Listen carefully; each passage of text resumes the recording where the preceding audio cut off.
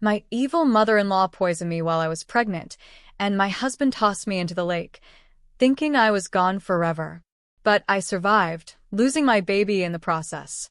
While they celebrated my death, I returned, alive and furious.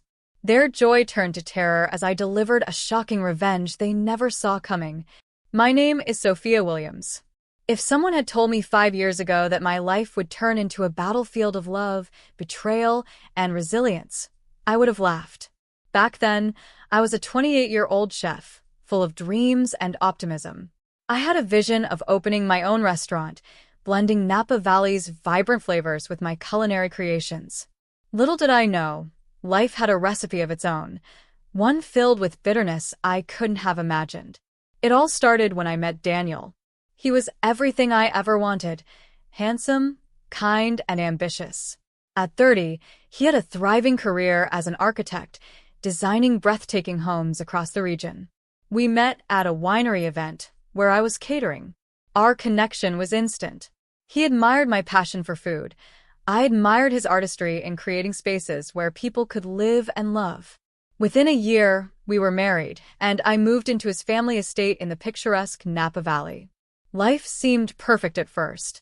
The estate was sprawling, surrounded by endless vineyards that shimmered under the California sun. I was welcomed by Daniel's mother, Margaret Williams, a 58-year-old retired businesswoman who had an air of elegance and authority. She seemed polite at the beginning, even warm. I thought I had found not just a husband, but a family. But the cracks began to show soon after the wedding.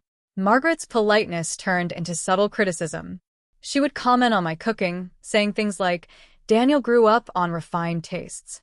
You should adjust to what he's used to." Or she'd offer advice on running a household, which sounded more like commands. At first, I brushed it off. I thought, she's just protective of her son. It'll get better. It didn't. Margaret's influence over Daniel became more apparent with time. I noticed how he leaned on her for decisions, even small ones, and how her opinion always seemed to outweigh mine. Whenever we argued, Margaret would somehow find a way to join in, taking Daniel's side. Slowly but surely, I felt like an outsider in my own marriage. Things got worse at family gatherings. Margaret had a way of making me feel small in front of others. She'd talk about her son's ex-girlfriends, how they were accomplished and came from good families. She'd make comments like, "Sophia, you're lucky Daniel chose you," as if I didn't deserve him. I started avoiding those gatherings, but that only gave her more ammunition. She'd tell Daniel, "Your wife is so disrespectful. She doesn't even care to join the family." I could see the seeds of doubt she planted in Daniel. He started questioning me more, doubting my decisions, and worst of all, pulling away emotionally. The man who once supported me in everything now looked at me through his mother's lens.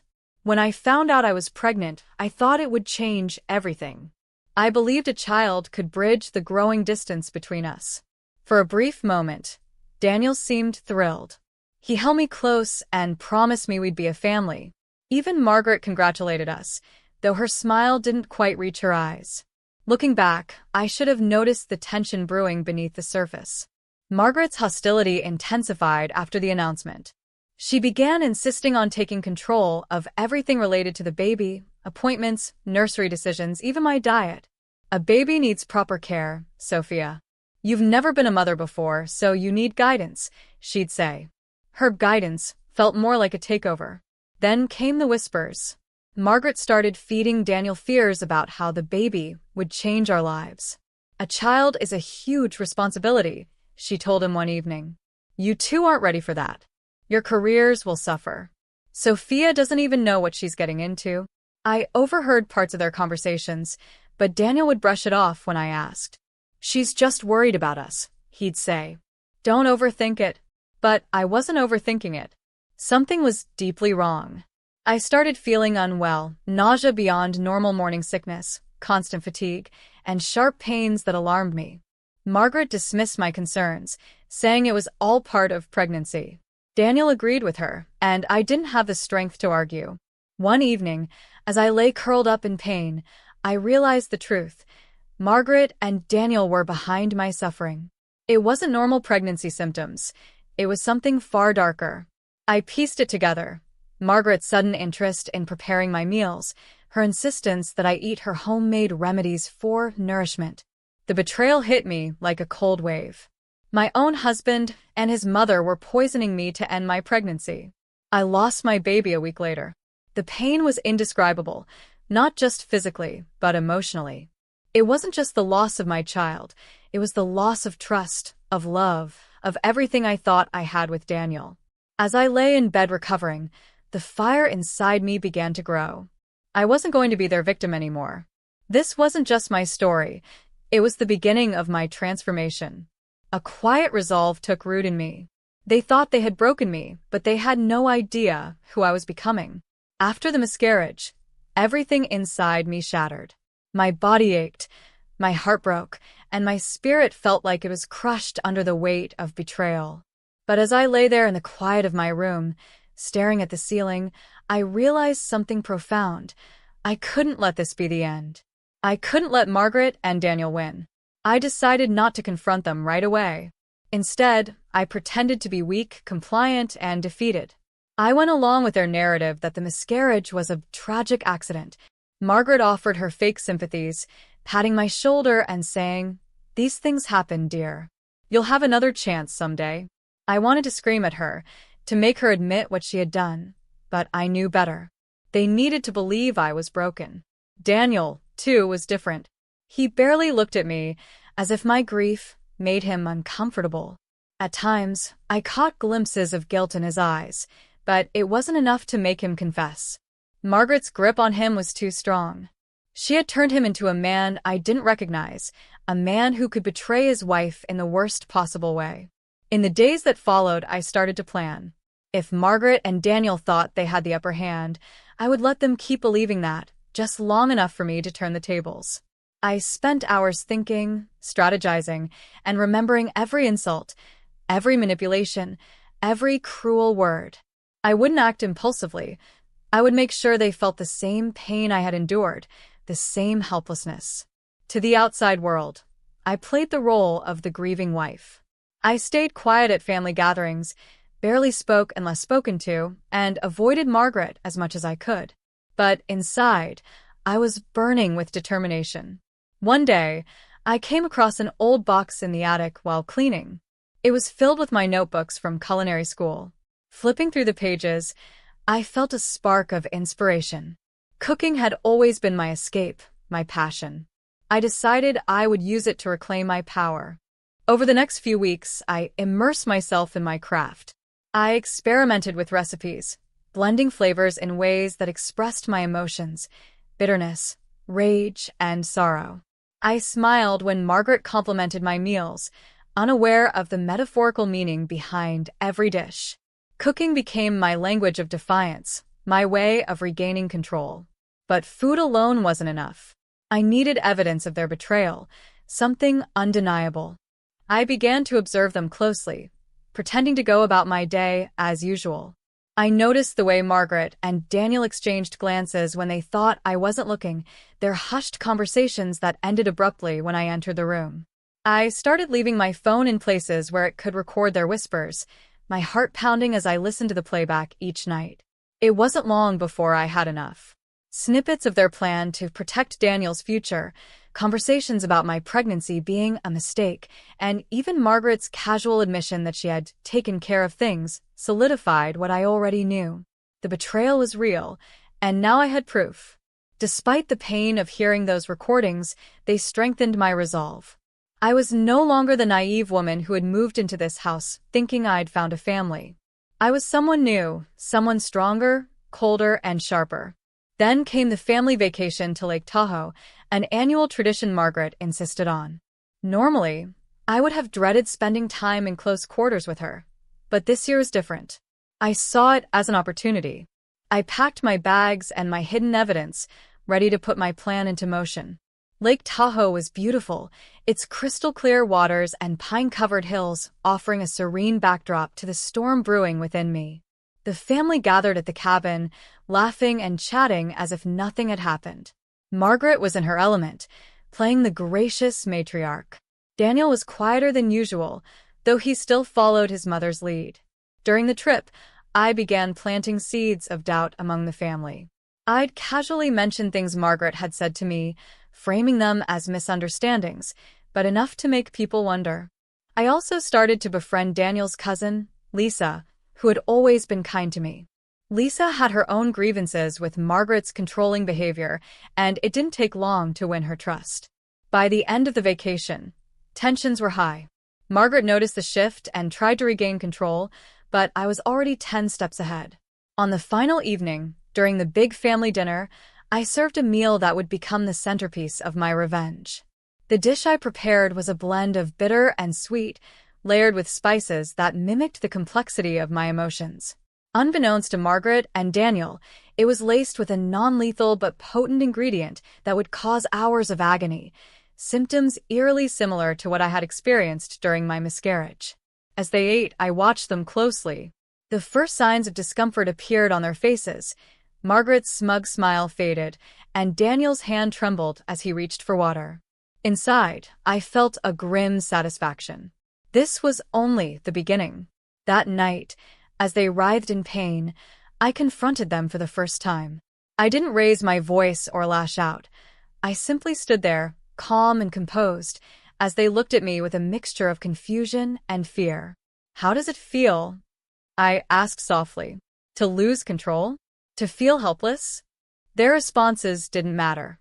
I had waited long enough. The storm had begun. The night of the dinner at Lake Tahoe marked the turning point. Watching Margaret and Daniel crumble before me was satisfying, but I knew my plan was far from over. I wanted justice. Not just for myself, but for the child they had stolen from me. It wasn't enough to make them suffer in private. The world needed to know the truth. After the poison meal left them doubled over in agony, Margaret and Daniel were rushed to the local hospital. Of course, I played the concerned wife and daughter-in-law, sitting quietly in the waiting room while the rest of the family panicked. I could see the suspicion in some of their eyes, especially Lisa's. She had noticed my calm demeanor and the subtle hints I had dropped during our conversations throughout the trip. I didn't mind. I had planned for this. The next morning, Margaret and Daniel were discharged with no lasting harm but plenty of discomfort and confusion.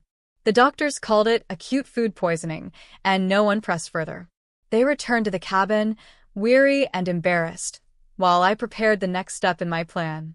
I had waited months to confront them properly, but it wasn't going to happen in private. No, this confrontation needed an audience.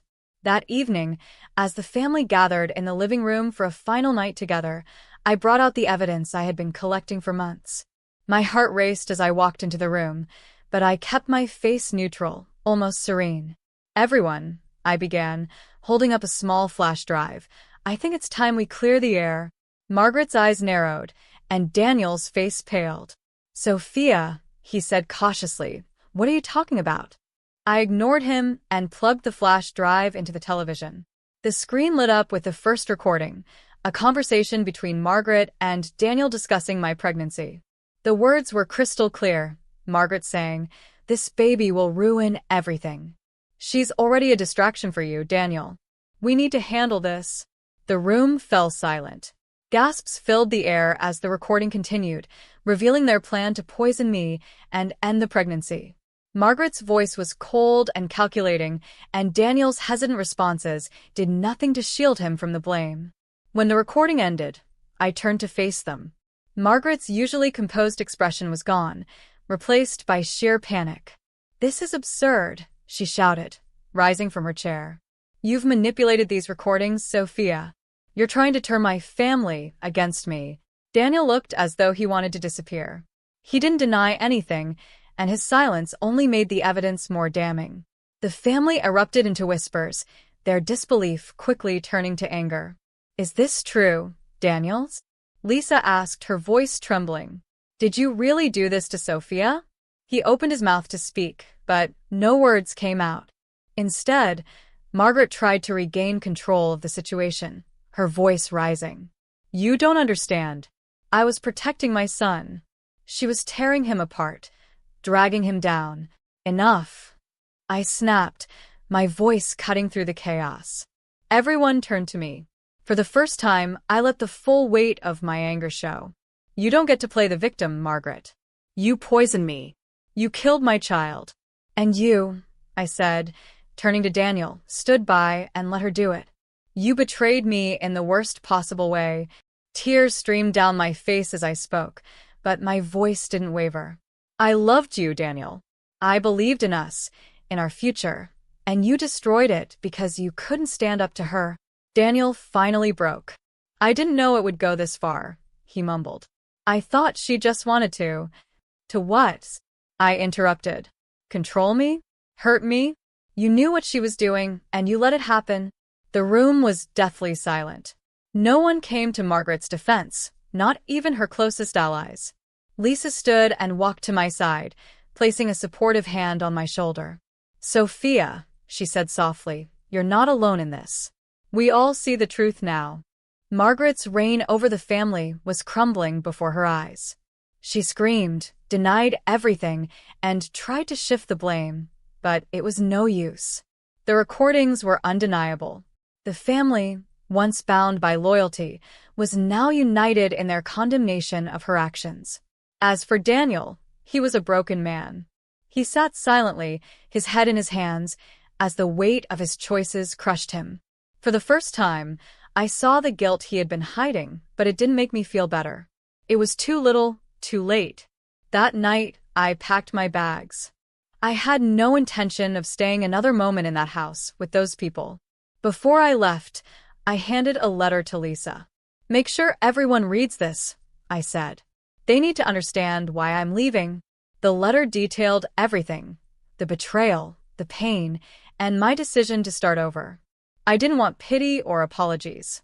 I wanted freedom, and I was finally ready to take it. As I drove away from Lake Tahoe, I felt a strange sense of peace. For the first time in months, I was free of Margaret's control and Daniel's betrayal. I had faced them, exposed the truth, and reclaimed my power. But my journey wasn't over yet. I still had a life to rebuild, a new chapter to write. And this time, I was writing it on my own terms. Leaving Lake Tahoe that night, I felt a wave of relief mixed with uncertainty. I was free from Margaret's manipulation and Daniel's betrayal, yet my future was a blank slate. The life I had built, the dreams I had cherished, all were shattered by their deceit. As I drove back to Napa Valley to collect my belongings, questions about my next steps loomed large. The estate, once a sanctuary, now felt cold and empty. Walking through its grand halls, I was struck by how much I had sacrificed for a love that wasn't real. Daniel wasn't there, and for that I was grateful. I didn't want more tearful goodbyes or empty apologies. In my old room, I packed what mattered most, my culinary notebooks, treasured photos, and a few personal items. Standing in the kitchen one last time, I ran my fingers across the counters, recalling the meals I had lovingly prepared. This had been my solace, my domain, but it was time to let go. Before leaving, I left a note for Daniel, not out of anger, but for closure. Daniel, I loved you with everything I had. I believed in us, in the life we could have built together. But love isn't enough when trust is broken. You and your mother took something from me that can never be replaced. I hope you find a way to live with what you've done and learn to be better. But I won't wait for that. I'm leaving to rebuild my life, and I ask you not to follow me. This is goodbye, Sophia. I walked out without looking back. Over the next few weeks, I stayed in a small rental cottage on the outskirts of Napa Valley, far removed from the Williams family. Modest though it was, it felt like mine. I immersed myself in cooking, not for anyone else but for myself. It became my therapy, a way to heal the wounds left behind. One morning, while flipping through an old cookbook, inspiration struck. I could write my own story.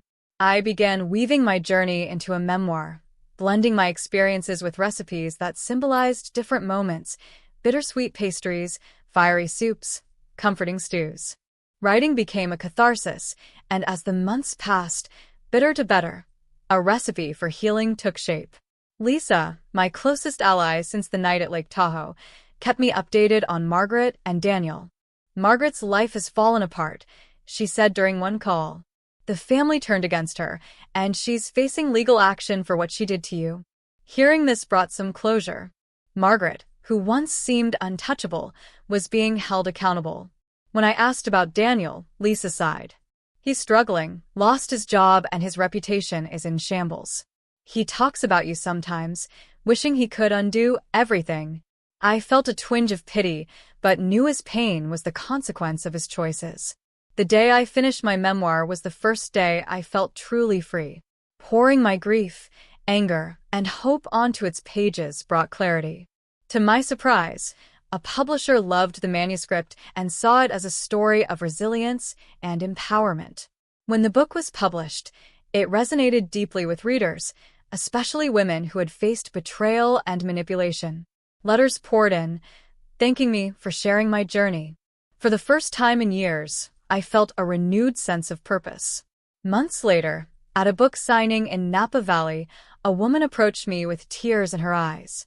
"Your book saved me," she said. "I was in a toxic marriage, and your story gave me the courage to leave." Her words moved me to tears.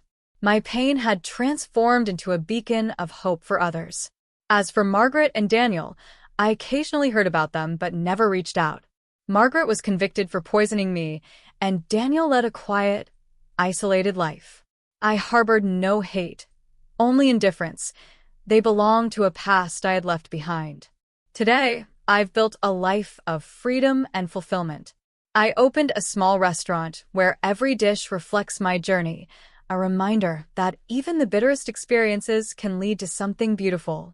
This is my story, not of defeat but triumph. I am Sophia Williams, and I have risen from the ashes of betrayal to create a life that is truly mine.